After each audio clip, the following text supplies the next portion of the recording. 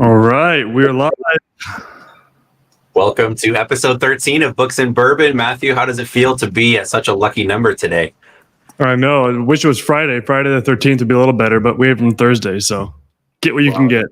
And I realized it too in our pre-show. I've got a 13-year-old bottle of bourbon, and I didn't even plan on that, but it is Oh, well, 13. you do you do have a 13 with you right now? I do, so we'll get Oh, to that in nice. a moment. So for those of you that are new to the show, thank you for being here. This is going to be live streamed as a podcast, probably starting later this week. So if you prefer audio only and don't want to look at our beautiful faces, that is totally understandable. This is episode 13 of Books and Bourbon, the show that talks a little bit about books, mostly about business, and very, very minimally about bourbon. But we're excited you're here. Matthew, when we kicked around the name for this show, did you think it would take off like this and we continue to be doing it? I don't know. 13 episodes in doesn't seem like a whole lot, but then you think it's one each week, and that's 13 weeks. That's not bad. 13, this thing is past, I'm sure it's past the average of the average podcast. So we got something going for us. A quarter of the year already, which is impressive. It is pretty crazy. So kudos on that. I love the name. It really sounds really good. I think you threw the name out when we originally started, and we're like, yeah, let's just roll with it. We'll roll with it. We'll see. Maybe one day we'll regret it, but for right now, it's good. So cool. Well, if you are watching us live, if you happen to be tuned in on Facebook or on any of the YouTube channels, drop a comment. We do see those. We'll post some of them. Just let us know where you're watching from, where you are. I am in Indiana today. Matthew had a stunning backdrop last week as he was out in Colorado, and it looks like he's back home in his home studio in Arizona. Yeah, Arizona backdrops aren't quite as beautiful as Silverthorne, Colorado. So they are not. And we have a very special guest, which I'm sorry it took us this long to get him on. For those that have followed our channel for any length of time, you know we love this guy, and we get to hang out with him quite a bit in person. He's a lot of fun. He's been putting on his own events as well. And so we'll bring him in, and then we'll kick off the show. But we're pleased to have Romer the Roamer, also known as Avery. So Avery, thanks for being on the show today. What up? Thanks for having me. I'm excited. I know you've jumped in and kind of watched over the shoulder. He's got ready my to bourbon. go. I got my Fireball. That's as close as I could get today. So well, and I think you were pretty excited because you were watching one of our earliest shows where we took shots every time somebody said ISBN. I thought that was still a rule. I don't think that's still a rule. Our producers told us that is frowned upon. So no, who? Our producer. Yeah, it's like saying when you're self-employed, my boss. It's like, yeah, my boss said I can't do it. Is that Matthew? Is that his decision? The producer. Where's David? David behind the scenes. That's something David would say. I'm sworn to secrecy, but David may join in. He is on a business trip right now. I put some peer pressure on him. I tagged him in a post just now. Perfect. So nice. We'll see. Well, and I got your email and the text message and everything went out, so everything's firing away today. Well, we're excited to be text message from Matthew or me? From Matthew. Okay, I was gonna say. You got to get up to the 21st century, buddy. Yeah, we tried that for a while, but we have super cold traffic, and sending text is kind of like you can't send as many texts as you send emails. But with your audience, it's fine. They know you, they trust you. But some random person on Facebook who found out about me and gets a text, they're gonna complain. So yep. I still get Grant Cardone emails once or twice a week. So I like his emails a lot, actually. His text I read his emails once or twice a week. Cool. Well, Avery, we're excited to have you. We're going to learn a little bit more for those that haven't seen your content. You are prolific. You put out way more content than Matthew and me and David combined. So people probably recognize your face and your voice more than ours, which is great. We're delighted that you are sharing roughly 90 minutes of your day with us. So thanks for being here. We'll look forward to digging in. You're kind of in the middle of a fun experiment right now, learning a different language, kind of living the nomad lifestyle. We'll get to that in just a minute. The first segment we like to do just a bit of a market recap, what's going on in the Amazon market. There's been no real changes for those that missed the last two. Media mail rates went up a little bit, about 9 to 10%. So make sure if you haven't updated your app, Scout IQ did it for you. But if you use inferior products or you use anything else, make sure you've updated the media mail shipping rates. And you've probably already seen those. It's about $3.80, I think, give or take, for a 1 pound book now. It's over $4 for a 2 pound book. So it's starting to get up there. The other part that we'll do here is I posed this in the Facebook group. We asked people, what is a book that's, we're all book lovers to some extent. we can flip anything. We kind of joke that books are widgets, but we all tend to kind of get distracted by like, oh, I got a pile over here on the side of my office of books that I want to read at some point because they looked fascinating or the cover drew me in. What's a book recently that you've sourced for yourself or gone to lists and then pulled out of the list pile and decided that you wanted to read it? So I'll go first. We posted in the Facebook group, and if you guys are watching live, you can comment on a book that you've pulled from your list pile. And the good news is most of these books hold their value a little bit. You can read them. If you're a fast reader, you can knock it out in a week or two, then you can just add it right back to the pile. I'm a big Michael Lewis fan. I pulled this one out. One, it's yellow, so it kind of caught my attention. Kind of looks like the MasterCard logo on here. But it's The Premonition. It's a pandemic story. And Michael Lewis has done some just really interesting, like data-driven stuff. I haven't cracked the cover yet, so I can't tell you anything else about it. But he did Moneyball, which is about baseball and trying to use stats to build like power teams and find players that are undervalued. And that really changed baseball. He did one called Flash Boys, which was about basically digging a line, I believe, from New York to Chicago to connect the trading platforms and the stock exchanges, because being able to run a direct line without going over mountains, they went under them. And getting that direct line allowed the Flash Boys to go in and essentially pick off your trades before they happen and scalp and be able to make a lot of money off you. So it's just it's cool stories, but he does a great job digging into the stories behind it. So Michael Lewis, I'm a big fan of any of his stuff. Matthew and Romer, any books you guys have pulled off your piles lately? The last time, am I frozen? Am I good? Or you're taking a long drink, one of the two. You guys can hear me good though? Yeah. That's weird. So the last book that I was out sourcing with my mom in Florida, and it was Paulo Coelho, The Archer. I believe that's where I got it. It's the last book that I physically had in my hand, and I was like, I'm not going to sell this on Amazon. I don't even know if it was a profitable book or not, but I think that's the last book that I read from my sourcing pile. And I don't know if you guys have read Paulo Coelho or not. Why am I frozen? Is it? I don't know. It's tripping me out. Anyway, I look good in that picture. Paulo Coelho, he's got really good content, or not content. Too Gary Vee out right now. He's got really good books just on personal journey, personal growth. I like reading The Alchemist. I think I've read it 3 times in my life. I probably should read it again. But every time I read that book, I interpret it so much differently than the first time I read it. It's about a journey of a boy, going out into the world, experiencing struggles, experiencing liars, experiencing people that are screwing him over. He's naive. He's got a vision. He thinks he knows what he wants, but he probably isn't really sure, just like all of us. Like, we think we know what we want, but then we go out into the world and we find out that what we want really isn't what we wanted. So I interpret the book as like, you have to go after what you think you want in order to find out that you didn't want it, in order to keep going after what you think you want again. And so, I wish I would become unfrozen. But Paulo Coelho, The Archer, it's a good book. It's more about learning from a master and having like a teacher, and that's helped me a lot in my entrepreneurial journey too. How do you spell it, Coelho? It's Coelho. Got it. That was kind of hard for me to do because I learned the alphabet in Spanish, so I have to think about letters in English now. Got it. Matthew, do you have any recommendations for resetting my camera, or should I unplug it? Put it back in? What type of camera are you using? Just like a webcam plugged into the USB? Oh, he's gone. Device not connected. Well, that'll probably fix it.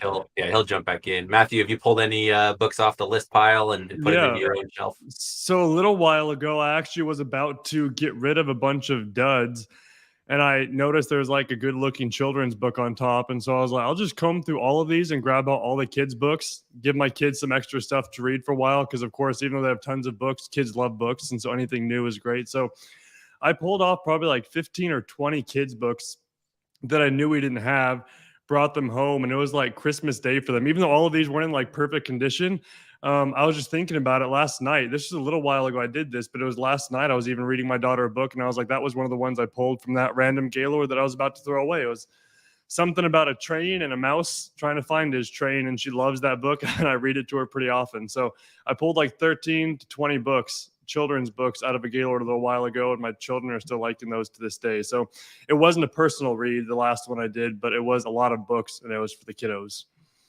Oh, that's great.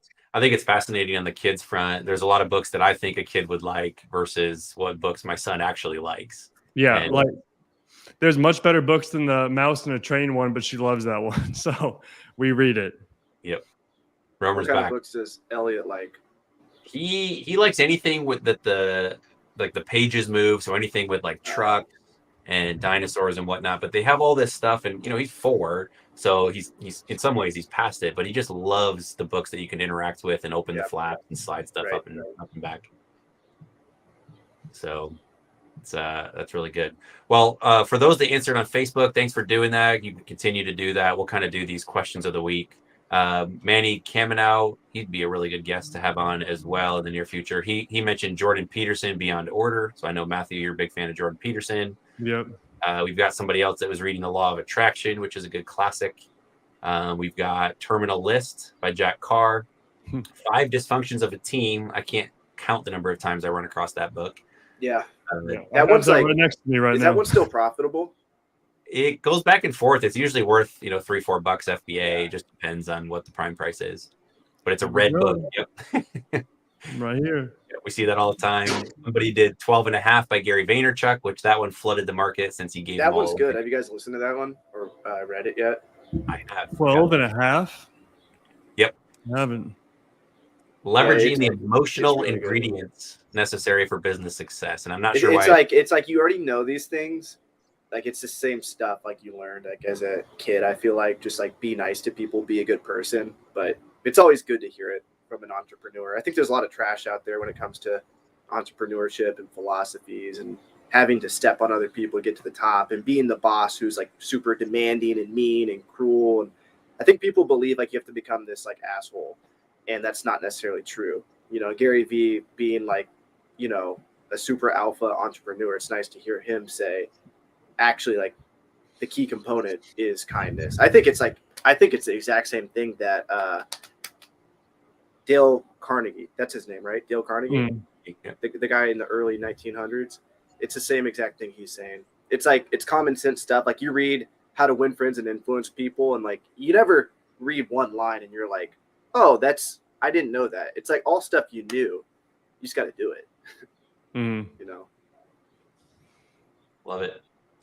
Well, with that, if you guys are reading something good, drop a comment. Nate Duke here says I pulled Quadrivium. That's quite the name, and Sacred Geometry. So we got an intelligent fella in the house. Let us know how those are, Nate. Those sound intriguing. I don't even know what that means. So let us know what those are all about. We're going to jump to the section of what are we drinking. And again, this was just blind luck. I've been trying to track this bottle down for a bit. Actually, our CTO has been trying to track this down as well. So if you're watching, come to Indiana, we could share it. But I finally tracked down a bottle, and it's fitting since it's our 13th episode of Books and Bourbon. I've got a bottle of Russell's Reserve 13.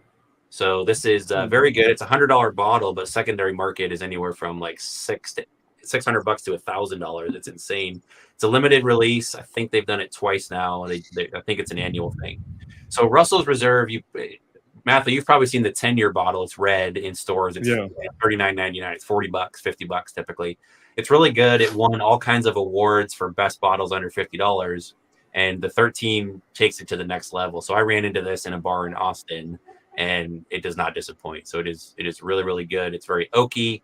It's kind of like a stout, if you will. Probably bourbon connoisseurs are going to smack me for saying that, but it's got a lot more flavor, kind of like a dark beer. It's got a lot of oaky, like dried fruit type notes, and it's delicious. Nice. Avery, you want to show your what do you have again? I had recently in Colombia. I went out to this salsa show, and I guess Pedialyte too. Everything except bourbon. Does this count as bourbon? It's whiskey. It's whiskey. It's not bourbon. Whiskey. Yeah. It's like that stuff you put in your car, right? The antifreeze. Similar. Yeah. We'll go with Ron that. Dyke. I'm on YouTube Live right now. Saw my dad for the first time. Nice. Hey, Rami was calling about your car. Did he call you? No, I'll talk to you later. Though. I'm live on YouTube. Talking about my car. Hi, Dad. He can't hear you. What was I just about to say? Oh yeah, I was at this salsa show, and I'm practicing my Spanish, whatever. And they're like, "Do you want to drink?" I'm like, "Sure." I think I went like a week and a half without drinking. Like I was just like on my jiu-jitsu, working, not drinking. So like I was a lightweight that night, and I got rum. It was rum, and they only sold it by the bottle. And so I had this whole bottle of rum. I was with this girl that didn't drink that much. So like I was like, I got to get the most out of this, So I was drinking as much as I could. I think I only had like 6 shots, but it was like really fast. And I was like, the next day was like, I think it was the worst hangover of my life. It was the longest hangover of my life. And so now I hate rum. I can't drink it. Really? Yeah. It's only been like 2 weeks, but I probably will never drink rum again, voluntarily, unless somebody like really wants me to drink rum. But I've never had that experience with bourbon, and I don't think I want to, because I really like bourbon, And like whenever you get like that sick off something, you just don't want to drink it anymore. So my question to Caleb is, have you ever gotten really sick off of bourbon? And if so, did you just power through the not wanting to drink it anymore? Or forget business advice. We're going to go right to drinking advice.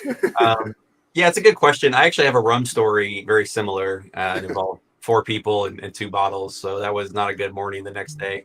And I'm just like you. This was probably 9 months ago, and I haven't touched rum since. So even the smell, it's amazing how much smell brings us back, like just emotionally. Yeah, I don't know if I'm just getting older or what, but it wasn't like the worst pain I've had in my life waking up. Like waking up, it wasn't that bad, but it lasted all day.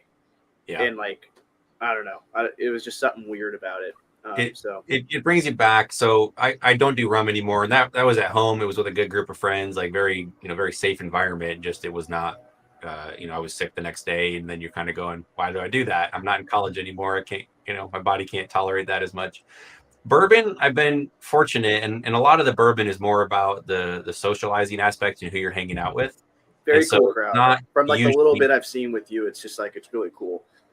Even just more about the bar. Story. Everyone gets so excited about it. I feel like it's like something else. It's like the antiquarian book thing. Like, I don't understand it. I don't get it. Like at library sales, like, oh, this is like a 1981 edition. I'm like, or 1881 edition. I'm like, how much is it worth on Amazon? That's all I care about, But like, there's people that they just know so much. Like that Max guy. I feel like it's just like a realm I don't understand. Same with like the OA crowd. Like there's all these shoe sellers out there that really understand shoes and stuff. And I'm just like, just tell me how much it's going to sell for on Amazon. Like it honestly, the bourbon game is the thrill of the hunt. That's why I like books. That's why I like looking for golf balls, any of those things. And so the idea of trying to track this bottle, and a guy named Lonnie helped me get it. And so the ability to kind of track that down and get it means something, and then I get to share. I've got friends from Arkansas. I was down there for 2 weeks ago's show, and they're up here this week visiting me, and so they're out there sipping on it as well, and it just means something. Like, and I went with you to a couple. I think it was in Arizona. Was it Arizona where we went, or was it? It all sent you pictures from. We've been to we were hunting bottles in New Mexico with Heidi. Yeah. I think that's what I'm thinking of.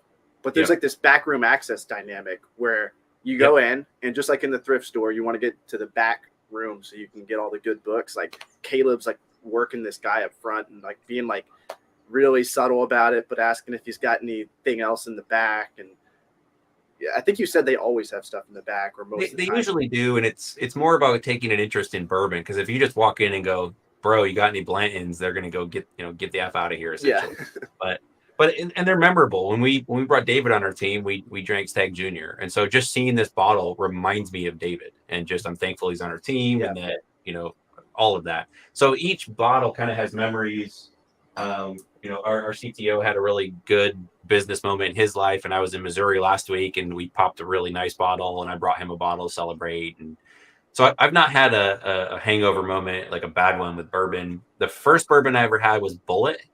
And that's a favorite of our developer, but for whatever reason, I just didn't like it, because just like your first taste of alcohol in general, you don't like it. And so there's like 2 bourbons I don't like. One is Old Granddad 114. I just don't like the taste.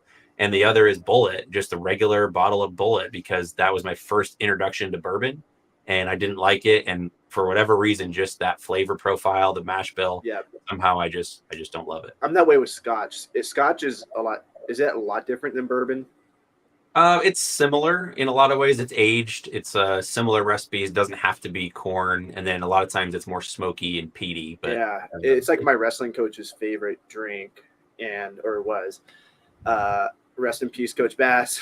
And when I was like, I don't know, I was like 19, 20 years old. We were at my friend's house, and you're so stupid when you're young. Like, you just don't know your limit at all. And I think I filled up like a red Solo cup, and like my buddy was like, "You got to finish it," and I did. And it was like the one night I remember where Scotch, yeah.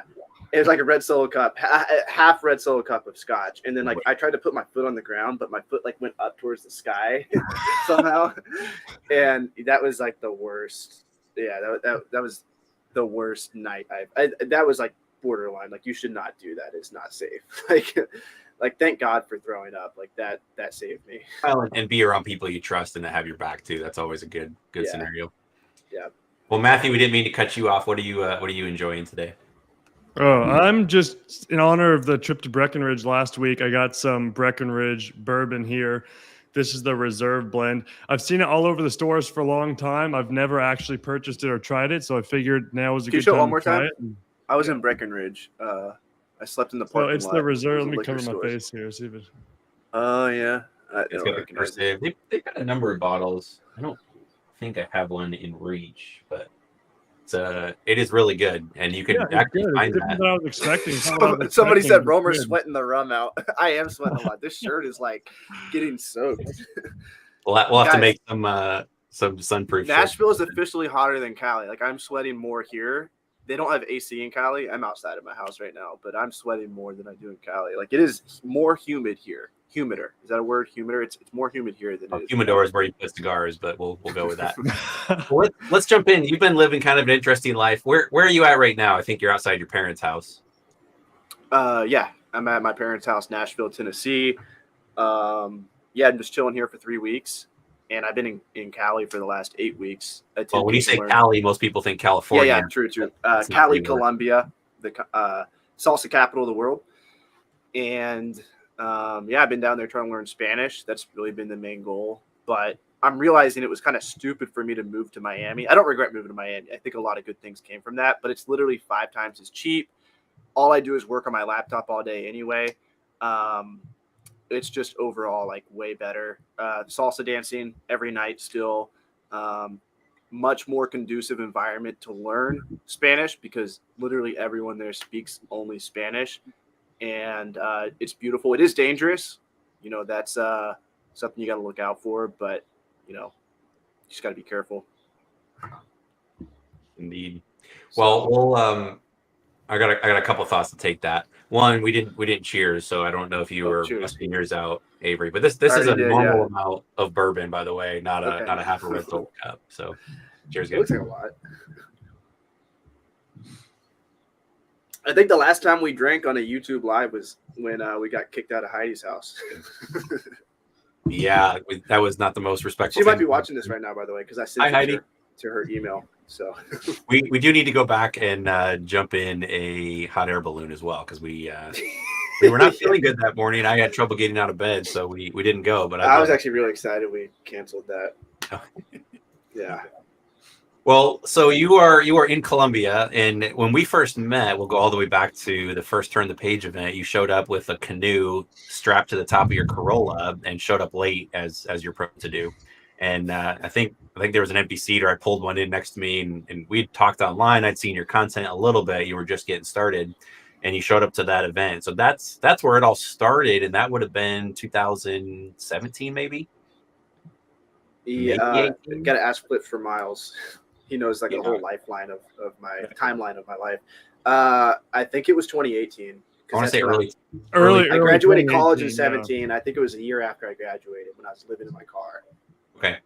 So talk us through your genesis. You were in college. Did you get started flipping books in college? And then we'll kind of get to what you're doing today and kind of some of the mistakes along the way.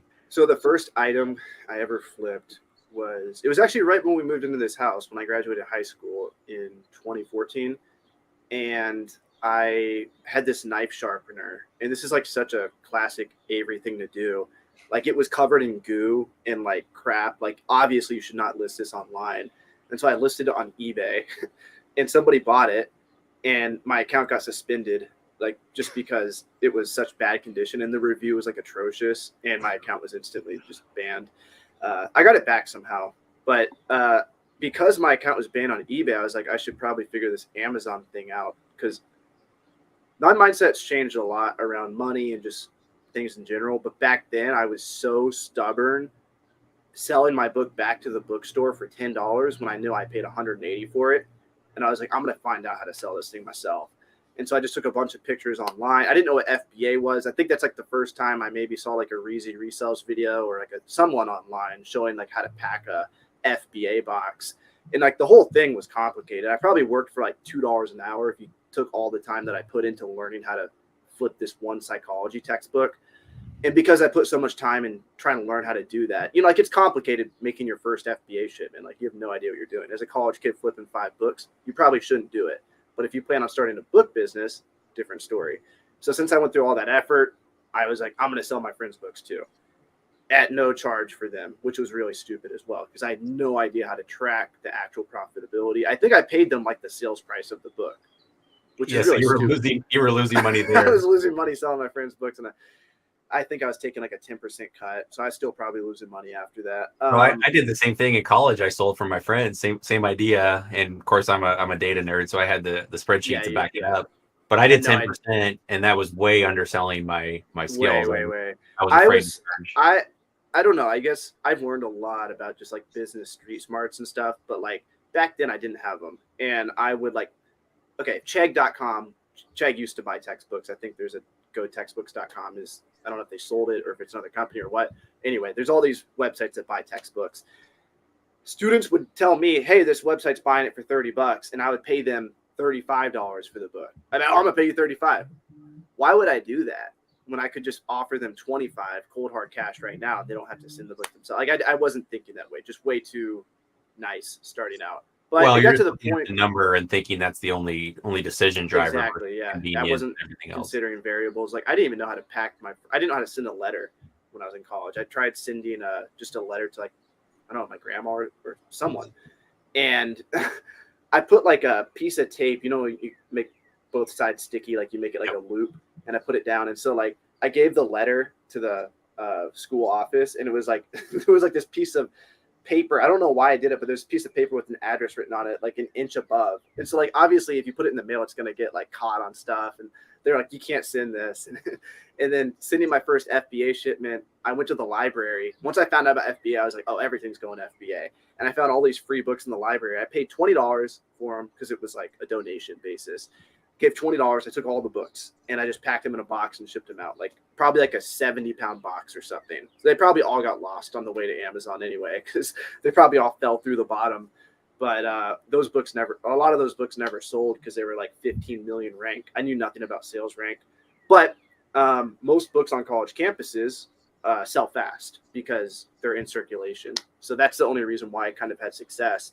And I think my final semester, I took a $700 loan from my dad, and I just bought as many textbooks as I could. And I think I made like a few thousand before that summer. And that was the summer before I went to the Turn the Page. So I knew that this thing was like had potential. And at that point I was for sure watching your videos and Reezy's videos. And I read your blog a few times and I was like, this dude went to, was it Kansas? I did like a road sourcing trip from Colorado into Kansas and Missouri and Oklahoma. Yeah. And I was like, this dude went to Oklahoma. I didn't know that you didn't make that profit, but you did like 5,000 in sales. I thought it was 5,000 profit. And I was like, this guy made 5,000 profit in a weekend. That's insane. Which ironically, like after meeting some certain people, I won't drop his name, but I did many trips for that guy all across the country and made like $10,000 profit in a weekend selling books. But I knew that there was potential with this online business thing. And I thought that everyone online was a scam. I didn't get scammy vibes from you. I got them from Breezy. I thought Breezy was just because he's just way too good. Like, at making the videos and stuff. I was like, why is this dude giving all this information away for free? Yeah, the production content is definitely there with him. No way. It's no way they're actually making money is what I was thinking. I was like, this is just a scam. But then I knew I was making money from the college book. So I was like, maybe this thrift store thing's real. And then after traveling the country, I lived in my car for a few years, if you guys don't know. And yeah, I just did FBA from Starbucks. So I would just fill up 2 boxes of books in my car, go to Starbucks, list them, ship them out. I think I did 80,000 in sales my first year, 2018. And then 2019 was like my 500K year, which I tried to hit 500K, but I think I ended up at like 350 or 400. And then the year after we hit like a million point, at least 1 million, maybe 1.2 million. And then last year we did 1.4 million. This year, hopefully we'll do 2 million. So yeah, that's kind of the fast track of what happened. There's a lot in between, but I started. We kind of have 2 audiences. One is those who maybe haven't yet started. You maybe think this thing is scammy, and how can anybody make money selling anything online, much less books? And then there's people that are a little more advanced, and I think you can offer a lot of insights to both. First off, I love, and if you guys have seen Avery's content, you know that he has a bias toward action. He tends to jump in and just take action. And sometimes he gets himself into sticky situations. But I really admire that about you, Avery. I think that's something that for sure I tend to be more cautious and make sure stuff checks out on a spreadsheet before I jump in. And you're like, hey, there's a pool of water. Let's just jump in it. We'll figure out if I can swim later. No pun intended last summer with the chlorine. Yeah. And I think that's interesting that you can get in trouble with it. I think most of the time you can take a little bit of a calculated risk, especially as you mature and see how things like have worked or haven't worked in the past.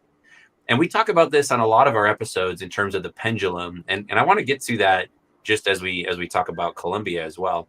So one, I think it's great that we've gotten you into bourbon, because I know that wasn't really a big thing for you, and now you're a little into it.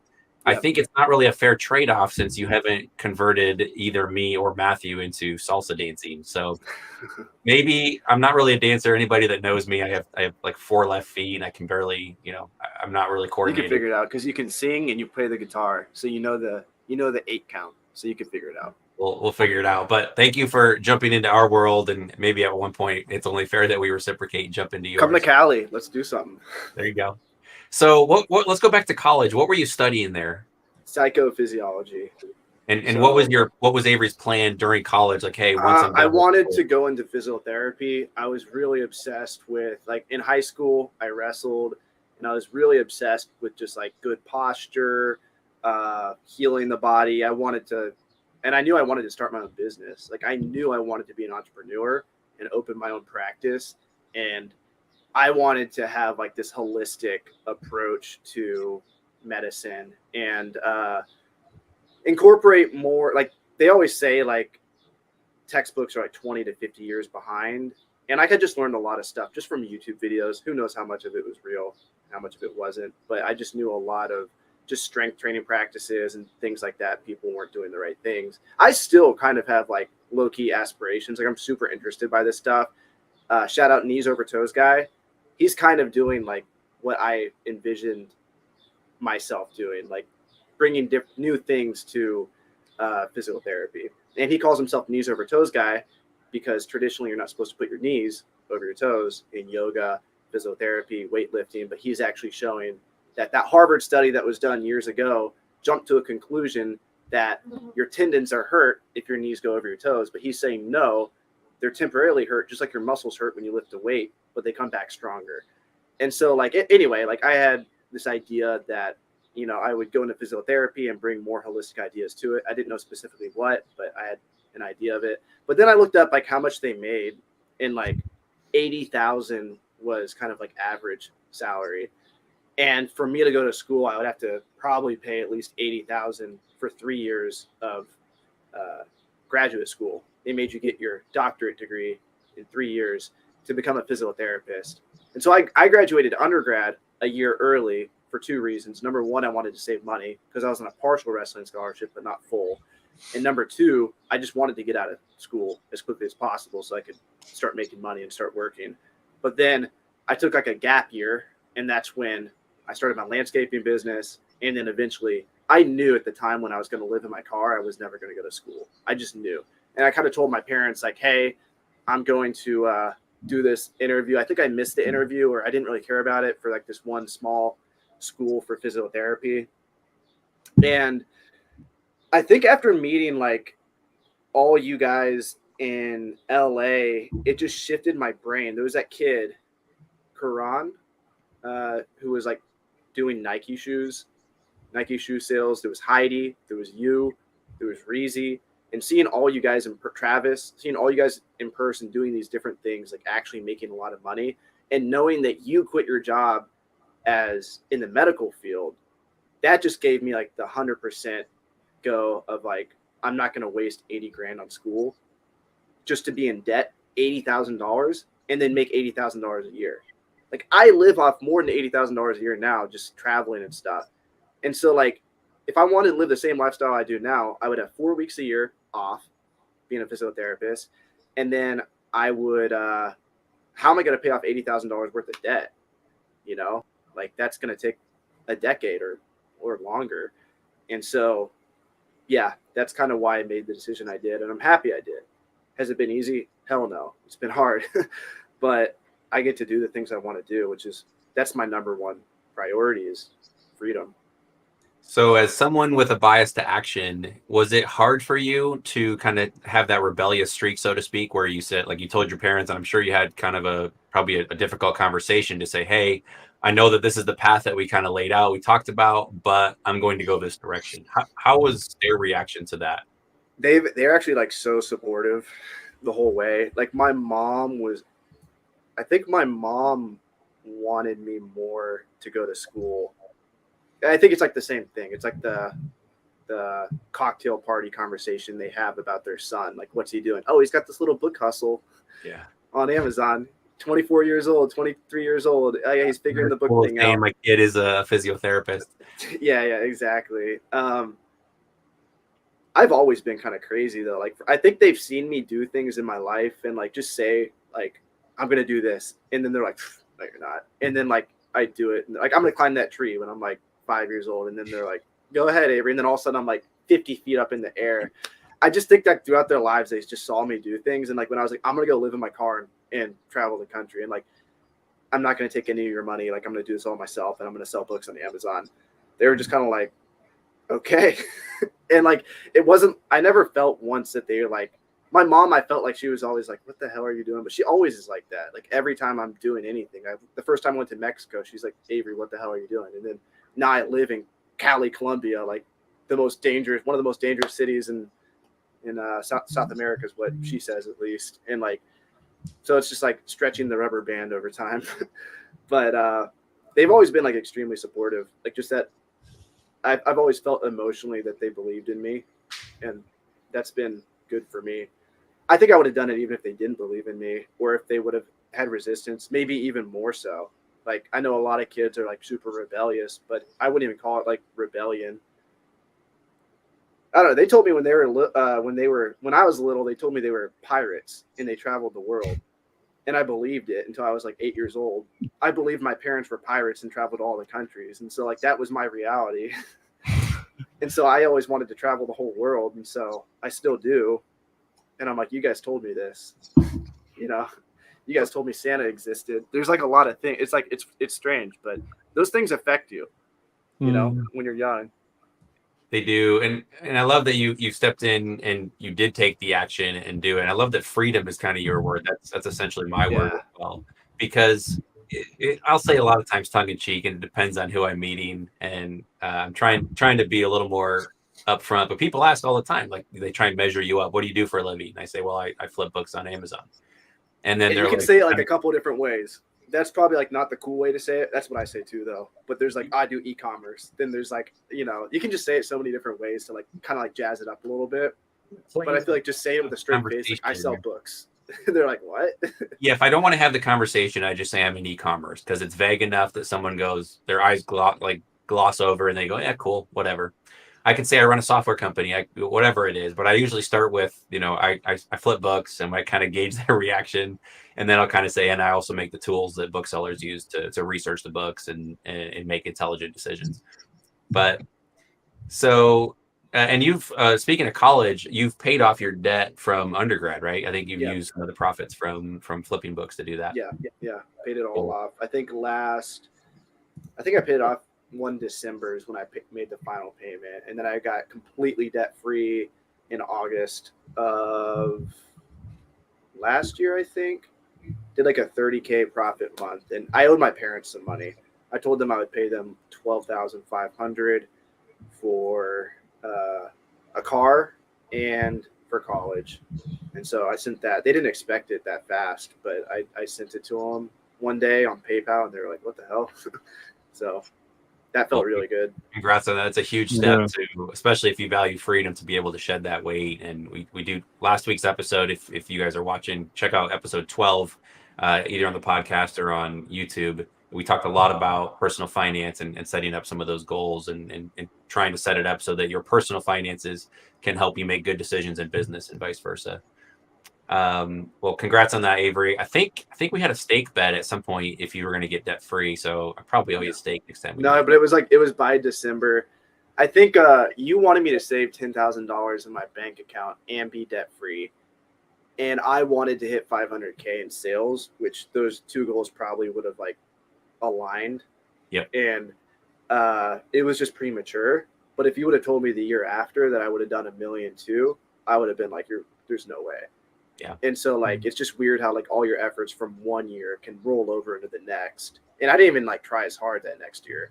I moved in with Steve in Miami and focused a lot on making the course, making a lot of content, and the efforts from the book business the previous year just scaled. So yeah. Well, we'll get to that story in just a second. You mentioned that you lived in your car, and part of that impetus was reading the blog post where I went on the trip through Missouri, and I know it was Kansas, might have been Oklahoma. We kind of did a little loop out of Colorado. I called it the steak trip. There was a diner I went to when I worked for Johnson & Johnson called Cece's Diner. It is in it's a college town in Missouri. It's not Springfield. It is Columbia, Missouri. So if anybody's near Columbia, Missouri, it's in a strip mall. It doesn't look anything fancy, but it is delicious steak. It's absolutely phenomenal. Great environment, great service. And I wanted to go back and experience that. So we jumped in and did a little road trip, and I actually pulled up the tracking spreadsheet and I pulled up the numbers. So this was less than a week's worth of work. I want to say 4 days of travel, maybe 5. So let's just call it a week's, 5 weekdays. Sourced 777 books, at least that we listed. We sold 537, so just a shade under 70%, which isn't the best sell-through rate. Again, that was probably earlier in the adventure. Don't even know if Scout IQ existed when we did that. I'd have to go back and look at dates. Total list price, and again, some of these prices slip, was a little over $12,000. Average sales rank was really low. I think we accepted a lot of low profit books, was $128,000. Total sales, $7,500. Total inventory costs $598, so $600. Inbound shipping, a couple $100, and then profit after everything settled was a little over $3,200. So $3,200 for a week's worth of work. If you extrapolate that out and you can go find that type of inventory, is a little over $150,000 for a year. Yeah, I think that actually sounds right, because I remember it being a few thousand. I was like, that's crazy that he made that much. I was like, what if I just travel the country and just do that all the time? That was my thought process. So there's always woodshed decisions in your life, and Matthew's done a couple of things. One, he had an ammo subscription business, and choosing to build that up. He's got some other cool projects that he's tinkering with right now as well. But there's always those decisions that you make, and one for you, Avery, was deciding to move to Miami with Rakin and kind of learn from him, become business partners, and those decisions definitely shape who you are, who he is, as well as how your business does. But why don't you walk us through from the moment you were flipping books in college to then living out of your car? Just kind of give us just the Cliff Notes, 30,000 foot view of where has Avery gone in the last 3-4 years, and what are some of the things you've tried? These comments about my sweat are cracking me up. This t-shirt design is not conducive towards sweat. It's slowly working its way up though, so soon it'll just look like the color of the shirt. It'll be all the same color. That's funny. At salsa class in Cali, they always are like, "Why don't you sweat? Why don't you sweat?" I'm like back home in the States, and now I'm sweating like crazy. So the question was starting from Yeah, just give us a 30,000 foot view from your first, you're flipping books in college to you were sourcing books on the road, and then give us just over those next couple of years, what does your business look like, and then what does it look like today? Yeah. So graduated college, started a landscaping company. I was selling books that I sourced that final college semester as I was cutting grass. So like I emotionally felt like, oh, I made $46 off this book, but I made $40 to cut this yard. And I have to split this $40 with my friend 50-50. And I was like, there's something to product-based business at the time. And so then I sold the landscaping company. We sold the list for like $4,000 plus a little bit of equipment. So the list was probably worth like $2,500. That was cool. And then I lived in my car in 2018. I think it was 3 months, and I think I ended the trip in July or August. So I started in like May, I think. Maybe a little bit earlier. Lived in my car, and then 3 months in, I was like, this isn't the way I live my life forever. Like, I'm not just going to live in I was tweeting at the time. I don't use Twitter that much, but I was tweeting like living in an apartment or a house is a choice. I was like super in like this idea that you don't need to have a place to live.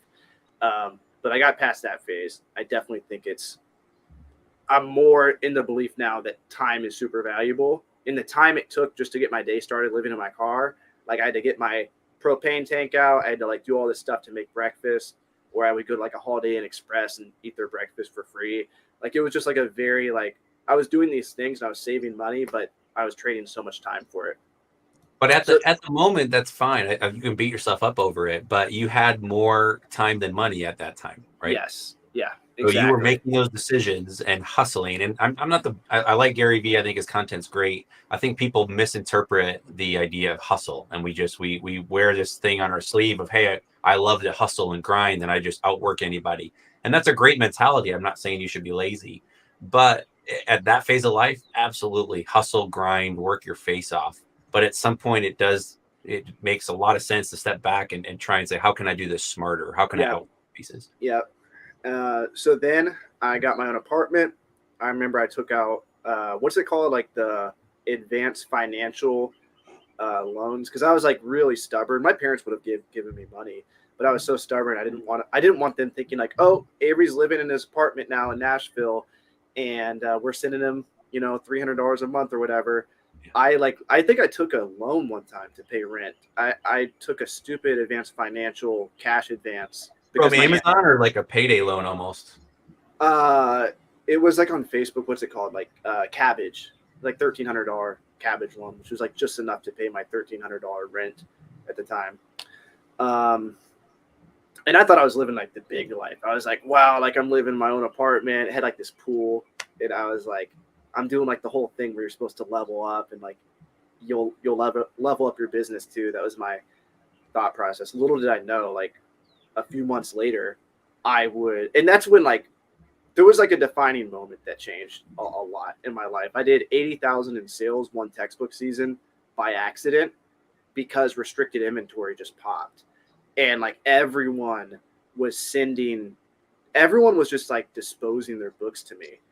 And it was like the whole community. Like, and we didn't even really know what we were doing back then. I was just like, yeah, just send it to me. We'll figure it out. And like, we were getting orders. We're like, whose book is this? Like, we just had no idea. Again, bias toward action and versus making sure it works perfectly. But and we were on pace to do 100K that October, but then that account got shut down.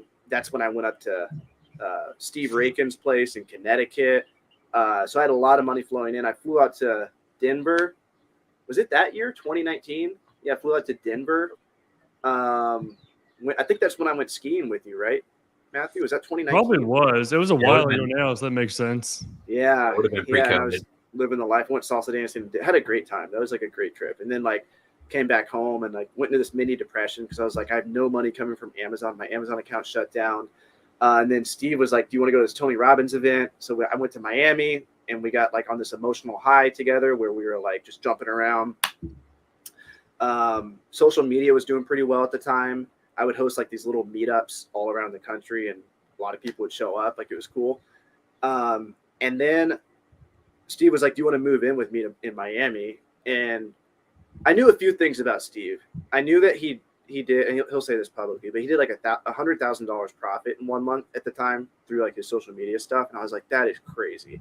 I knew that about him. I knew he had like 100,000 plus subscribers at the whole YouTube plaque. He was like where I wanted to be, you know? And so he was like, "Do you want to move to Miami?" And like, of course, it was like the most expensive place you could find in Miami. And I'm just like, yeah, let's do it. And so then I moved to Miami with Steve, and I'm still paying for my place in Nashville and the place in Miami. So I'm paying $3,300 a month for rent as like a 24-year-old, I think. And that was crazy. Like, I was like, wow, this is a lot of money.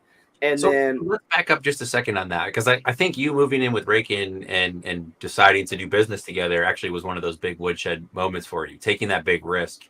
So obviously you looked up to Raikin with his sales history. I think he has a couple 100,000 followers on YouTube now. He's obviously got a very good social media presence and everything else. And FBA part-timers has smashed that like, which is something Raikin would say. But so obviously you are drawn to him. You would love for him to be your mentor. I think business partner would have been a long shot just in your head.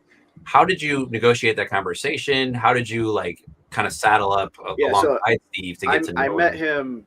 I went to every Turn the Page event. I paid the $200 or $300, whatever it was, to go to all the Turn the Page events. And I met him. Okay, so one of the Turn the Page events in Vegas, it's obviously a booksellers event. So at booksellers events, and I think a good thing we did at Miami over the last 2 years is I think this year we stepped up the booksellers.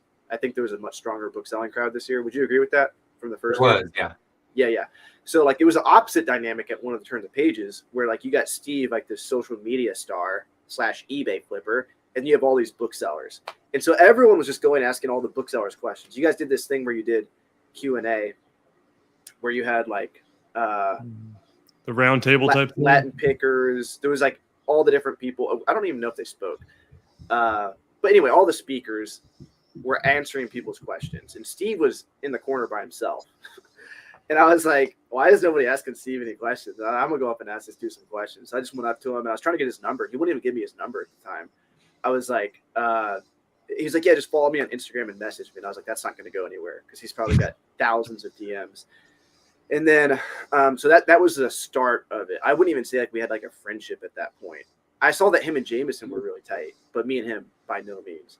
But we became tight when I was in, I was doing a book sourcing trip in DC, and I was like, Steve, I'm like right next to you. He's in Connecticut, 13 hours away. And I'm like, if you want, I can stop by tomorrow. We can shoot some videos. He's like, yeah, roll through. I ended up going to his house and sleeping on his floor for like 3 or 4 nights. And then that's really when our friendship started. Because like when you sleep at someone's house, like when you spend time with them, when you work out with them at the gym, like you get to know them a lot better. So that's what allowed that relationship to escalate to Tony Robbins event. And then after you go to a Tony Robbins event with someone, it's game over. Like you're going to know them on a deeper level. And then when you move in with somebody and you go through quarantine with them, literally 2 months of COVID quarantined in like a cube in the sky, we got to know each other pretty good and started a business and made a few $100,000 profit over the last few years. So yeah, it's been good. Yeah, that's awesome. I think so. For those that are watching that maybe have a mentor or someone that they're kind of eyeballing, I think those are all good things. And that's the power of the internet. We like to poo-poo internet, how distracted we all get and how much it makes us think that everybody else's lives are just amazing. But there's so much value, and that our community is phenomenal, and resellers in general. We're all technically competitors, and yet we're able to learn from each other, to network together, and we all tend to come out ahead. I think you're the average, and this isn't my idea. We talk about this a lot, Matthew and Romer both, but you're the average of the 5 people you spend most of your time with. And so choosing business partners, choosing who you live with, choosing your friends, all those things are really valuable. And if you can choose people that challenge you to grow, I think that benefits everybody. And it's a good challenge for you to kind of make sure that you're encouraging them at the same time. Right. Can I share my screen real quick? Sure. Yeah. Let's click the share down there. You've used StreamYard before. All right, we're good to go. I think. Oh, wait, 1 second. All right, now we should be. So, love this guy or hate this guy. I think he's kind of crazy. His name's Dan Pena. Have you guys heard of him? Yes, yeah, I've seen He's his like stuff. this crazy old angry man, but I honestly don't even know how legit he is. He calls himself like the $100 trillion man now, but he's got this free website with like 5 things. I saw these and I was like, this is gold. And in 2019, I listened to a lot of Dan Pena. Probably not healthy to do. Kids, don't recommend it. Guy's kind of crazy. Like, I don't agree with everything he says. He is. He's a little crazy. But, one of the things he said, okay, yeah, it was point number 2.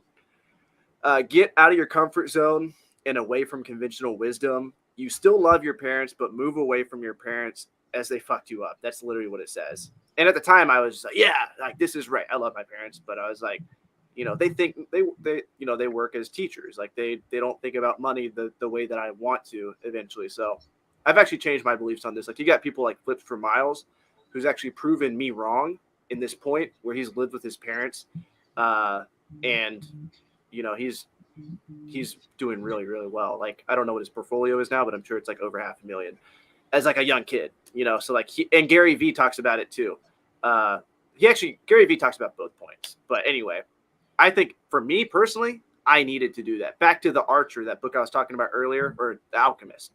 You need to do what you think you need to do or what you think you want in order to have like that mental peace of like, oh, that's what made me happier. It didn't. Like if I was still living with my parents, I might still be that spoiled millennial who's like, yeah, but my parents are changing the way I'm thinking, blah, blah, blah. Well, if you believe that, move out and see if it's true or not, but now like arguably I'll be living with my parents the next few years because I'm going to be traveling the world and I'll just be coming back here as a home base. So like now I've kind of changed my beliefs on that. Choose your friends wisely as they are the reasons why you are where you are. That was like huge for me in 2019 was like, I like ditched a lot of my friends and I still talk to my friends now. Like I look back and I'm like, dang, that was kind of cold. But a lot of my friends were drinking all the time. They were, working like $15 an hour jobs. And I just cold turkey stopped talking to a lot of them. And like a lot of you guys became my friends, like, because I just talked to you guys way more. And I just have to talk to people who think differently all the time. And then surround yourself with high performance people. And that was like Caleb, Steve. Really you two was like the ones that I could get really close to. And so like, that was like my life philosophy in 2019. I've changed a lot about how I think about these things, but I would argue that that belief right there is what got me at least to the position that I'm at now in life. But like I said, some people do it differently. Like some people just live with their parents and they get that bag from their living room. Miles is doing that. I think some people have the emotional maturity. David Chung talked about this when she was here. But Asian culture is different in that way. It's not all about leaving home as soon as possible. It's, stay at home if you have to, like use your parents' money. And I think it takes a very emotionally mature person to do that. And I don't think I was that emotionally mature. I think I had that little itch in the back of my head where I love my parents. I love spending time with them, go on camping trips with them, eat dinner with them, everything. But there was that emotional itch in the back that was like, you need to move out. And if I ignored that, then I might have grown resentful, and so I think it was a good choice. Well, I think most people that are kind of at those woodshed decisions, whether it's hiring an employee, whether it's moving out of your parents' basement or whatever it is, I think a lot of times people look back in hindsight. For me, it was quitting my day job. And most of the time, the reaction was never, well, I wish I didn't do it, because you can almost always reverse decisions. Yes. And most of the time people say, I wish I had done that earlier. Yeah. I know that from J&J. I'm glad I was able to build the business on the side and make sure that I had streams of income in place, so it was less risky to step away. But in general, I wish I'd kind of taken that step earlier because freedom was so important and I finally got it. And it's like, man, it wasn't as scary as I thought it was going to be. So I love your bias to action. Let's talk just a moment about that pendulum and the idea of balancing that bias toward action versus like, let's plan this out. I had a conversation with somebody today. So we'll kind of wrap up here. We'll get to our geek out moment and then we'll do some questions from the audience just as we wrap this up. But I had a conversation with a gentleman today. He's been using some older technology for scanning. He's actually going to be jumping into Scout IQ. He really wanted eScore, which is great. Well, I saw all these comments in the Facebook group, and like he didn't know what he was doing with triggers, and he was trying to ask the crowd for a lot of questions, and I could just tell he was overthinking a lot of it. And I just reached out and said, "Hey, man, I don't normally do this, but I'm happy to jump on a call for 10 minutes and just walk you through and answer some questions." I said, "I see you're asking the crowd, and that's great, but you're getting just some odd answers, and I bet it's not that helpful." And he's like, "Are you sure?" I'm like, "Yeah." So we jumped on a quick call, and he was awesome. And he's like looking at his business. He's been selling books for 5 or 6 years. He knows what he's doing. His inventory is a little bit smaller. He's kind of rethinking his strategies, and he's going to go back out, try and ramp the business back up. So we were talking through things, and he was getting just lost in the weeds and trying to overanalyze everything.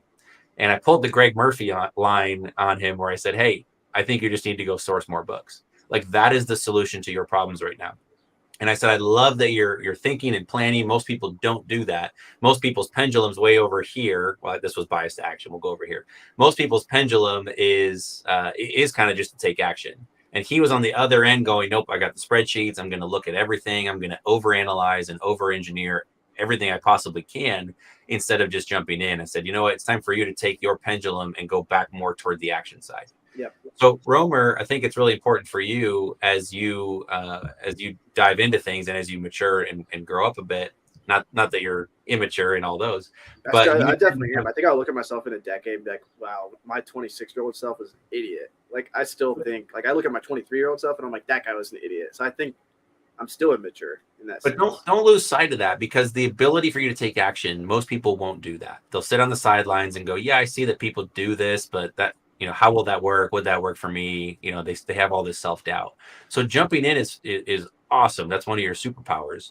I think it's really valuable, whether it's you that does it or whether you surround yourself with people that can challenge you, to take your pendulum and go from extreme action to say, "Hey, I'm going to go and I'm going to like purposely step away. I'm going to take 2-3 days away from social media, from technology, and I'm going to analyze the business." And whatever process that looks like for you, but look at your business, ask the questions. "Hey, I'm after freedom, trying to make money. Obviously, I'm trying to have influence," whatever things are driving your internal motivation, and try and make sure that what you're doing from a day-to-day perspective as you get caught up in action actually have the impact that you're wanting to do.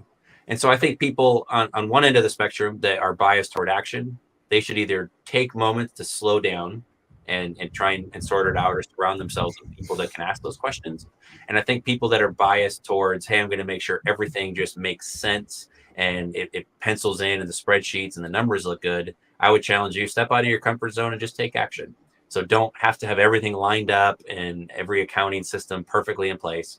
Just go take action. I think that balance and that pendulum going back and forth really will serve you well. So go back to being in Colombia. One of your goals there, and I don't think we really hit on it, was you wanted to fully learn Spanish, right?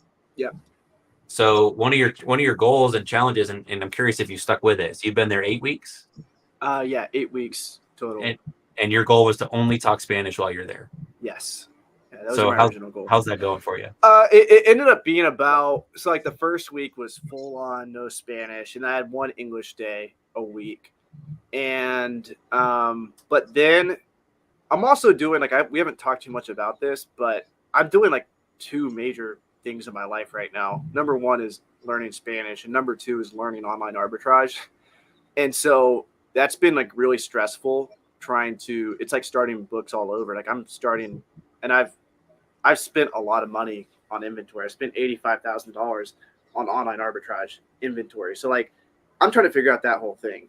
And what I realized was so valuable living in the States was connecting with people and talking with people, finding out. You can kind of find out if you're doing something right or wrong just by a simple 5-10 minute FaceTime. And so I started doing that again in like week 3 or 4. I was like, I can't just be speaking Spanish. And I do have like Spanish speaking friends. Shout out Brian if he's watching this. A few other people that I FaceTimed with quite a few people in Spanish. God bless them for dealing with my Spanish. But I think I got to the point where I would do like a bunch of calls in English, but the whole day would be in Spanish. Waiters, waitresses, friends, dance classes, been taking drum lessons. And like literally all day is a Spanish lesson for me. But then I would make phone calls and talk to people in English. So I'd say like 50-60% of my day is truly in Spanish, and then the other 40-50% is English. But that's a lot, and that's like those are like true numbers. Like I feel like in America it's gonna be a lot harder, but I still am gonna take like my 1 hour Spanish lesson a day. I'll text my friends in Spanish, and keep doing it. But it's so much easier in Colombia when everything is in Spanish. Like a dance class isn't just a dance class; it's also a Spanish class too. So. Well, again, that's your bias toward action and jumping in and saying it's going to be uncomfortable. It's not easy, and I'm going to make mistakes. I'm going to say, foolish things. I don't know the grammar. I don't know the word. Yeah. Sometimes you'll just go up to people and you'll talk, like especially if you go to like a non-touristy place, and you'll just say like a simple thing. You'll say it correctly, but you'll say it in your accent, and so like people will just bust out laughing. Like it happens all the time.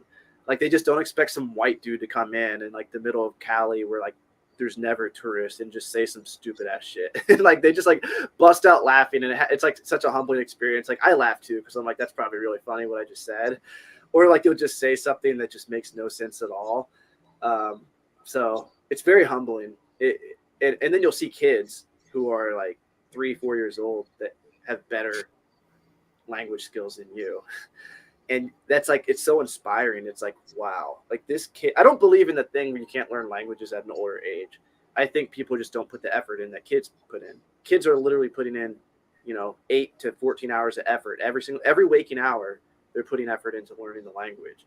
If we as adults do that, we could definitely do what they're doing. That's my belief. And that's like the articles I'm reading and stuff like that. It shows that you can become fluent in 4 months. Am I going to become fluent in 4 months? I think I'll be conversational, but I still think it's going to be kind of choppy.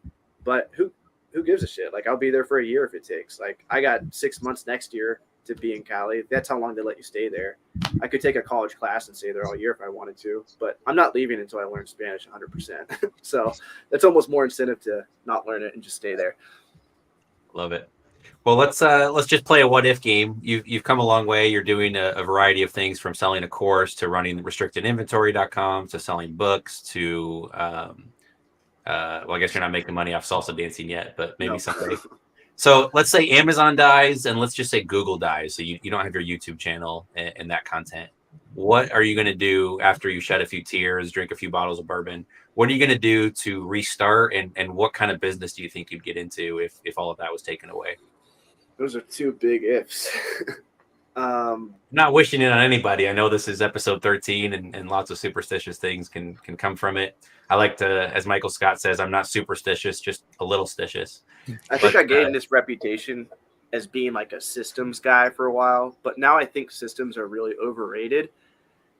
I think the important thing is like marketing, brand, and just getting new customers. I think, or you could replace that in an Amazon business, finding profitable products. Like online arbitrage, the best people are good at finding infinite amounts of profitable products, So I think like a really good skill to have is acquiring a new customer. And I think I've actually gotten decently good at that through both restricted inventory and keeping and nurturing customers. And through the cold traffic, I don't really talk about this too much on social media, but part of selling my course was convincing a complete stranger on Facebook that selling books on Amazon would be a good opportunity, and learning all about words to say, videos to make, copy to make. So I think my skills are kind of like, I definitely have good system skills, but I think they're overrated because that's just the glue that holds everything together. Like how much is actually coming in at the top of the funnel. And so if there was no e-commerce and if there's no Google, you said? I just want to take away your audience. So your YouTube audience, for example.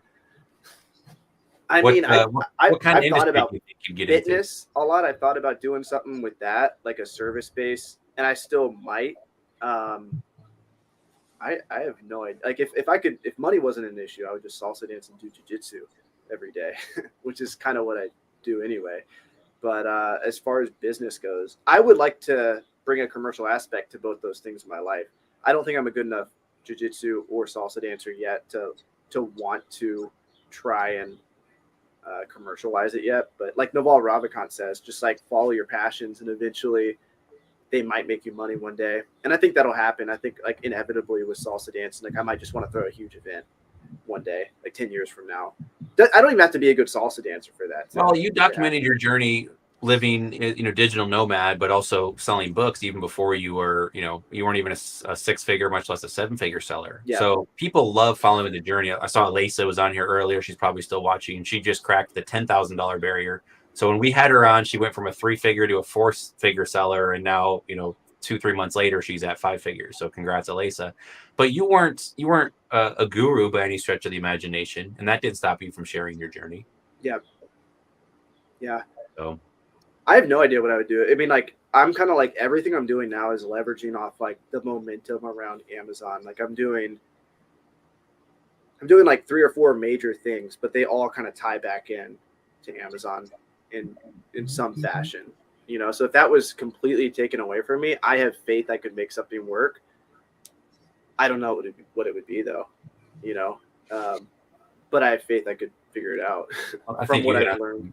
I think you hit on some good transferable skills there. Well, as we wind down the interview portion, where can people find out more about you? What's the best platform for them to follow you if they want to kind of learn more about your story? Probably YouTube right now. If you guys speak Spanish, Avery L. Viajero is my Instagram, Spanish only. I do post on Instagram still. My team does. They just take my YouTube content and chop it up. But I'll be posting on Instagram more. Personally in October again, Romer the Roamer, TikTok, Facebook, everywhere you can imagine. Well, then if somebody has specifically textbooks, but inventory that they're not able to sell on Amazon, where can they find out more or get started with that? Restrictedinventory.com. Go check it out. Matthew's got you there. We'll answer questions in like 30 seconds. If you go to our website, use our new chat bot. We have a real person that will reply to your questions. We accept pallets of books. We accept boxes of books. We occasionally do free shipping promotions, but all we ask is you cover the shipping cost. We cover the prep cost. We'll do the repricing for you. If you want, you have 100% control over the pricing of your inventory. You have 100% control over the tracking. You can see everything. If you ever want your inventory sent back, I don't think we've ever sent anyone's inventory back, but I always get that question. You could have it sent back. And yeah, I mean, it's a pretty simple service. You cover the shipping cost, we cover the prep cost, and then we split profits 50-50. We sell the most valuable textbooks, CDs, and DVDs that exist on Amazon. The gated categories, there's less supply and there's higher prices, so they sell faster. So if you guys want to check it out, go check it out. Cool. Well, we'll switch to the last segment here, and then we'll take some Q&A. Again, thanks for sharing your most valuable resource, which is time. I know freedom is really valuable. It's been really fun to see your growth. We're not that far apart in age, but I kind of feel like a proud papa seeing you grow up and just, spread your wings and do so many cool things. So it's been a crazy journey. For me, it feels longer than it's been. It's only 2018, but I feel like it's been like a decade.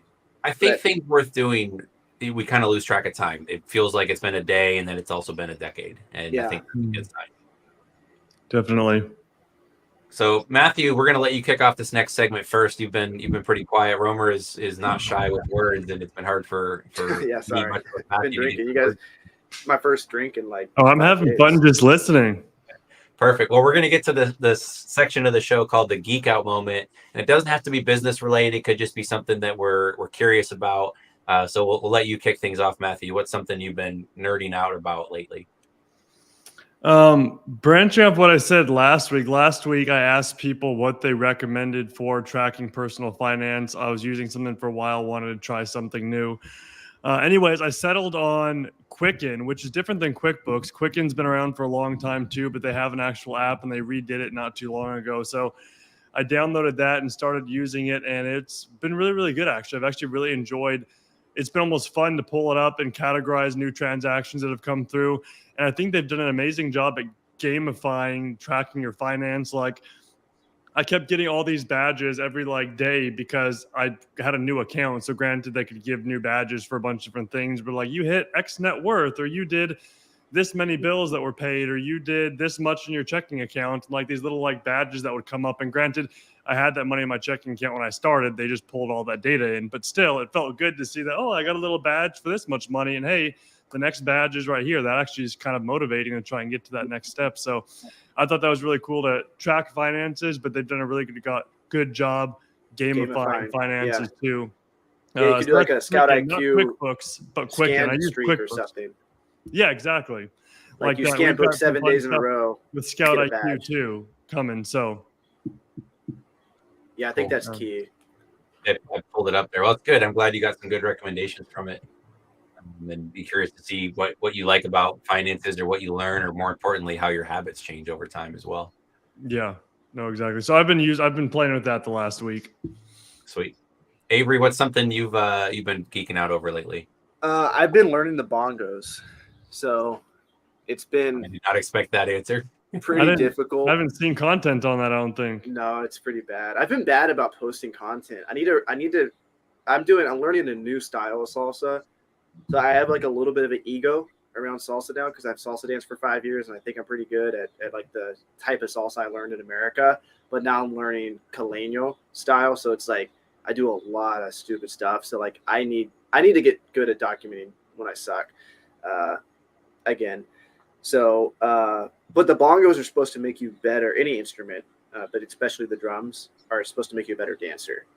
And plus I just love the sound of them. So, and it's something cool to do, like when you're taking a break from a dance, like you go out dancing for like 4 hours or 3 hours. And then in between, if you don't want to dance, you can play the bongos. So yeah, that's what I've been learning. And it's been humbling again, because sometimes you feel like you're doing really good, but then sometimes you're just like, oh my gosh, I'm so bad at this. Like, how can I not just play that simple beat? You know? Do you have a coach or a friend helping you? Yeah. Or are you watching I got videos? I have I don't know if you call him a coach, but a teacher. Maestro. Where'd you find them? And at the dance event, he was just playing the bongos one night. And then through a friend, I heard that he gave classes, and then I reached out to him. So twice a week, I take classes with him. Awesome. Is that Mark Zuckerberg's twin? we got two Mark Zuckerberg lookalikes in the house between Matthew and Romer here. I think I look more like him, because people probably say that. Matthew doesn't get it that much, do you?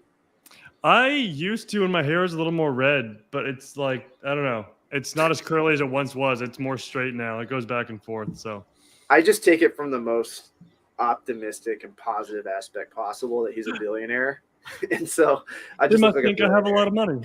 Well, it's like every bald guy looks like Bezos. So it's like, hey, if you're associating me with him, that's great. Yeah. Back in high school, people used to say it. And then when I ran Facebook ads heavy, that was like our number one comment. Was, why is Mark Zuckerberg popping up on my feed? Hilarious. I love it. Geek out moment for me. I'm not real good at it. I'm still in the early stages. I've got a pile of like Amex rewards points and Chase rewards points, and I'm trying to book a little bit of an upgraded trip to go to India. One of our developers is getting married. We've become good friends. He might be still watching. If you're watching, what's up? He was earlier. I saw him check in earlier. He usually watches these, but it is quite early in the morning there, or late at night, I suppose. Yeah. But I'm going to go to India, and it's like a 15-hour flight. And so I flew business class once for work, and I've got enough credit card miles and points to do it, but it would basically take all my credit card rewards points to do it. I kind of want to just have that experience. But there's guys like, I'm following Eli, the travel guy, and I think Raykin actually was connecting with him and learning marketing and whatnot. But I'm trying to figure out, like, you can just buy it through the portal, but there's other ways to like exchange miles. And then there's this whole underworld. So not only how to earn them, but mostly how to actually like cash those in the most economical way possible. So for people that are watching, if anybody's an expert in the credit card rewards game, I'm not really interested in micromanaging and trying to figure this out and fine tune everything down the road. Like, that's not that much of an interest to me, although I do geek out over things. I'm mostly interested in how do I take 500,000 Amex points and get the most bang for the buck when I try and transfer them into. Talk to Ben Books. Okay. Ben Books the World. I'll take a note. Yeah, I know Ben. I think he doesn't have like a crazy amount of points. I think he spends 20 or 40, somewhere in that range, a month on OA, but he gets like the majority of his hotels paid for, and he's not even spending that much. And so he knows it a little bit. He's really high at transfer. He essentially is paying $50 in points for $150 to $200 hotel every night. Yeah, so that's where it comes into play, is you can transfer across certain things. So if anybody has that experience, specifically in flights, specifically international flights, I bet Miles has some experience, or at least he's smart enough to figure it out. If that's you, Miles never leaves his parents' house. We'll get him out of the house at some point. I'm trying to get him to come speak at Miami 2023. He was there at the first one, but I invited his partner Warner down. Yep. And I said, we're just going to put a picture of Miles next to him. That'll work. Well, if you have a credit card Miles experience for travel, drop a comment here or email me, caleb@thebookflipper.com, or Instagram @bookflipper. I'd love to. I'm happy to pay. I know that I'm going to spend the miles anyway. And if you can save me a ton of miles, we'll do like a little affiliate deal where I'll pay you some of the savings. Let me know how that goes. I'd love to have somebody help. I'm again happy to pay for it. Otherwise I'll just book the flights at some point, but I know that there's some games you can play and I just don't know that world. So that's me asking for help. And I've been trying to go down that world, and it's definitely sucking a lot of time. So if anybody's an expert, I'd love to tap you on the shoulder there. All right. Well, thank you for the interview, for the show. We will take just a few moments, probably the next 5 to 10 minutes, and we'll shut this down. If there's any questions that anybody wants answered live, you can direct those to any of the three gentlemen sitting here. Again, apologies, David wasn't able to join. He's actually out in California, and he's, I think, traveling back home today. So we miss you, David. We'll look forward to having you on a future show. But if you'd like to ask Avery, Matthew, or myself anything, go ahead and ask those questions. We will field just a few, and then we will wind this down. Colt says I can't drink Fireball anymore. Just seeing that bottle turns my stomach. Someone asked, does Quicken cross over to small business or just personal? Quicken is just personal. QuickBooks is what I use for all the business stuff. Caleb, do you use QuickBooks as well, or you use something else for business? I use Wave Apps, which is dual entry accounting. And I just started using it a while ago, and it's really good. It's also free. They have, paid versions, and they have options where you can do payroll through it. But I do that through my CPA, and all of the bookkeeping is done through Wave Apps. Yeah. Yeah, no, the bookkeeper I have loves to use QuickBooks, so they use QuickBooks for all the business stuff, and I track personal on Quicken now. Perfect. You guys have any thoughts on health insurance as self-employed? Oh, that's a good one. Super important, especially if you do jiu-jitsu. I was in the hospital for 5 days this year. I broke my rib. I dislocated it from the cartilage. Is that the word for it? I always get what's it called? A printer cartridge. I always get those two words. Cartilage and cartridge. Cartilage, yeah. My printer cartridge. Yeah, cartilage connects bone to bone. Yeah. That I threw somebody, landed on their head, and their head pushed my rib in, and I was in the hospital for 5 days.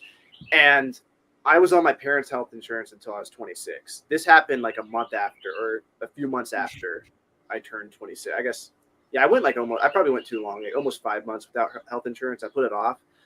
And luckily the bill was I was in the hospital for 5 days, had a procedure, and it was less than $10,000 without insurance. Crazy. So I got really, really lucky. But now I paid. If you were in Colombia, that would have been $14. Yeah, exactly. So now I pay for not a premium, but I pay, my deductible is only $3,000. So it's pretty good because I've had 8 surgeries already in my life just from wrestling. My knees, just pinkies, everything. So it's probably going to keep happening. So I pay $500 a month, which I don't know if that's super cheap or what, but there was I could either have paid $250 a month with a $10,000 deductible, or $500 a month with a $3,000.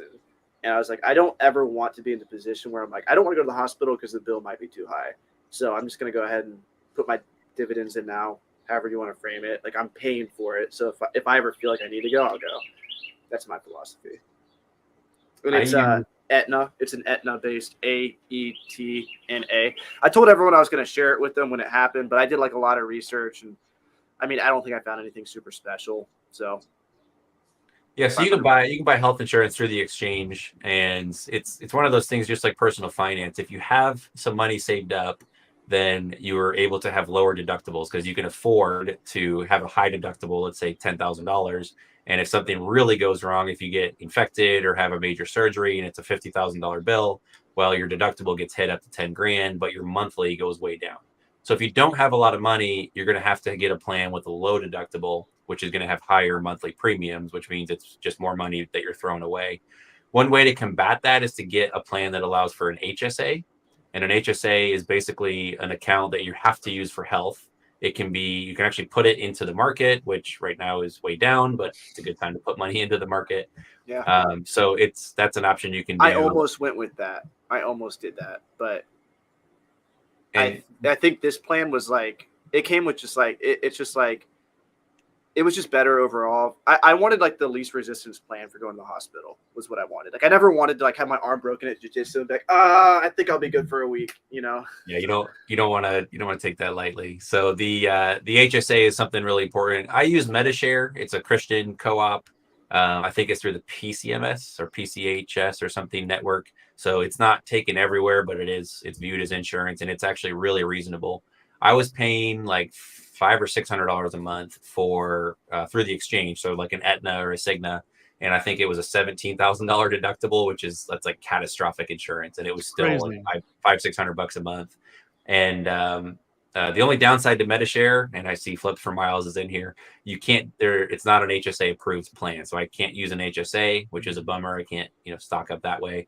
But my plan is like under $200 a month instead of $600. So that's a big cost savings, and my deductible I think is $5,000 instead of $17,000. And mine also works in Colombia too, so I'm paying like around $500, but it works in other countries. It has like the travel insurance aspect as well. Yeah. That is one of the bigger questions that we hear in the Facebook group as well. Matthew, do you have anything? I did a really good video for you. Like, you made that how to pack an FBA box that like went to the moon. I feel like that video would do really well. Just like what you just said, like in a YouTube video, I feel like would be a really good video. Rakin made one. Rakin doesn't even know what he's talking about, and it did well. Well, again, it's one of those things. I'm typical male. I don't go to the doctor hardly ever. I finally went in for, I told Matthew the story, but I had a little lump under my ribs, and I thought maybe I was like Googling, which you should never Google your symptoms, but it was either cancer or a hernia or something. Well, I go in, and the doctor, and I hadn't had a physical in like 5 years, so I had to get a new doctor in Indiana here. And I went in, and he just like took one feel, and he's like, yeah, that's your, what's it called? It's like part of your anatomy. It's just that's hilarious. The exact opposite thing happened with me. I went to the hospital, and here I'll show you guys right now. Right there's there, the shirt coming off. Everybody's been waiting for it. Getting feed. Everyone wanted it, but you can't really see in the video. But it's kind of poking out. Never went back in place. And the only reason why I went was to get it replaced. I wanted them to like hug me or do whatever to get it pushed back over. And like, yeah, it's still sticking out. Anyway, I get there, and I made a post about how I hated nurses and their advice, which I don't hate nurses, guys, but like I hate their advice. Like never listen to a nurse. And so the nurse is like doing like what's it called for the pregnant women, the ultrasound thing. Yeah. He does that. He's like, oh yeah, that's split in two. He's like telling me that my rib is split in two. He's like, oh yeah, you can feel it. You see, there's one bone here and one bone here. That is split in two, man. And I'm just like, shit. And like I'm texting my parents. I'm like, yeah, it's broken. It's like split in two somehow. And then I go in for the real X-ray, and of course it's not split in two. It's just dislocated, which is way different. But then they told me my lung was collapsing. And so I went to the hospital just to get it replaced, and also my lung's collapsing now. And then I'm in the hospital for 5 nights. So it was like the opposite of your story where it's part of your anatomy.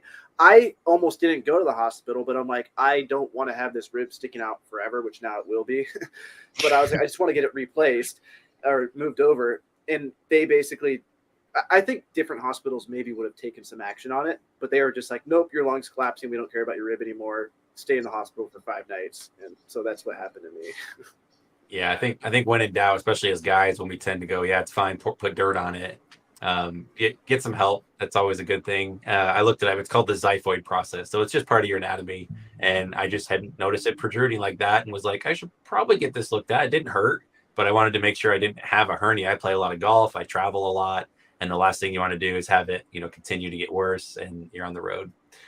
Mm-hmm. So Ben made a joke. He says he got health insurance by getting married. So there's people that try and get their, their green cards by getting married, coming to the States. And I guess that's a bold approach, Ben.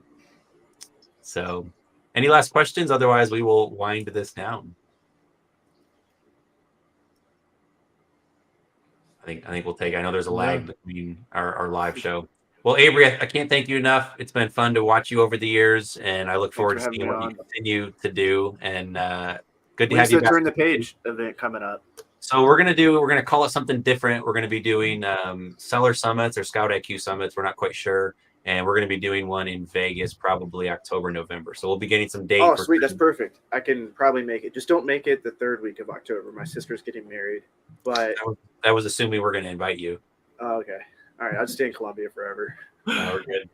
Well, we could do an international flair. We could do a Colombian version if everybody signs off, so they can't sue us if anything bad happens. I think regardless, like if anybody here is interested in doing international, like let us know. Comment, message Caleb, message me. But Caleb and Matthew next year, I think we should definitely. I messaged Caleb. I don't think I told you yet, Matthew.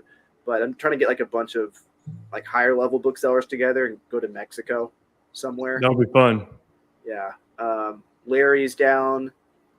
Omar is down. I'm sure a lot of other guys will be down too. But awesome. Taylor's trip to Costa Rica was really fun, like unexpectedly fun. We went with a bunch of young kids. It was so inspiring. That's why I always mention this in my videos, but I'm so serious. Like there's like 18-year-old kids doing like $300K a month on online arbitrage. And that has like just changed my whole perspective on Amazon. Cause I think I'm the shit for doing like 150K a month. And then I'll see like a kid, like a literal child doing 300K a month. And I'm just like, what? And so it's really good just to, and that's how you affected me the first time, Caleb, was like, you were doing something similar that I was going to be doing, which is like, you were doing something in the medical field, and seeing that you quit to sell used books on Amazon, it gave me permission to do it too. And of course I saw you on YouTube before, but meeting you in person, I think humans are just stupid. Like we just don't believe stuff until we see it in person. Like I was at the airport. Seeing what's possible. Yeah, I was at the airport and two security people, you know, they ask you questions. Like I was doing like the overseas, how to, what's it called? Global reentry. Oh, yeah, and he ended up asking me more questions about selling on Amazon than actual security questions. And the second guy, your course. I should have. The second guy was asking me like, "Did you have a mentor?" And immediately I'm like, "Well, kind of, Caleb." And then, but I was like, honestly, I was like, at my front door. I was like, Caleb never told me anything that he didn't say like on YouTube. Maybe very little small things you said. Like we did a few things that not a lot of people know about, but that didn't like make my business, you know, like everything that was really important, you probably would have said on YouTube or in your blog, but I didn't believe it until like I met you in person. Like, oh, this is a real person. He's honest. He's doing it himself. And so there's always that like gap between real people and the internet, because you don't know the charlatans. You don't know if it's real advice. You don't know if someone's just trying to sell you on a course or what. But once you meet that person in real life and you know that they're doing it, it's inspiring on a different level. And so meeting those kids in Costa Rica, it was like $300K a month. I'm doing $150K a month. They're saying it's a 30% margin. I think it might be a 10% margin. But even then, this 18-year-old's making 30K profit. It's like, it's crazy. Wild. That is wild. So go to any events you guys can. And I will definitely try to make it if I'm invited to Vegas. Perfect. Well, we'll get you out there. Well, cool. With that, we will wind it down. Thanks for watching or listening to episode 13. Don't forget to tune in next week. And if you do have anybody you'd like us to interview, we have a couple people lined up. Drop us a line, or if you have a fascinating story as well, we're always looking for anybody from different walks of life. So ISBN. You can finish the rest of your bourbon. And with that, we will sign out and have a great week, everybody. I'm wasted. I'm one bottle in. Thanks, Avery. See you guys.